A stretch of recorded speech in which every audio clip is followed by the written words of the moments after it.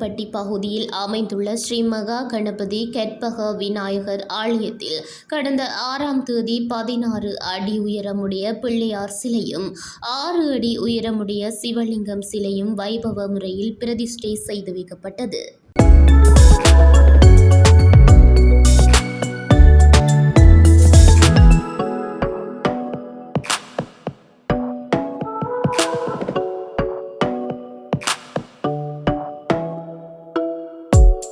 ஆலய மரபுகளுக்கு ஏற்ப வேத மந்திரங்கள் முழங்க சிவாசாரியார்களின் தலைமையில் நடைபெற்ற இந்த பிரதிஷ்டை நிகழ்வில் பெருமளவிலான பக்தர்கள் கலந்து கொண்டு பக்திபூர்வமாக வழிபட்டனர். பிரதிஷ்டை செய்யப்பட்ட 16 அடி உயரமுடைய பிள்ளையார் சிலையும் 6 அடி உயரமுடைய சிவலிங்க சிலையும் இலங்கையில் அமைக்கப்பட்டுள்ளவற்றில் மிகவும் உயரமான சிலைகளாக கருதப்படுகின்றன என ஆலய நிர்வாகம் தெரிவித்துள்ளது.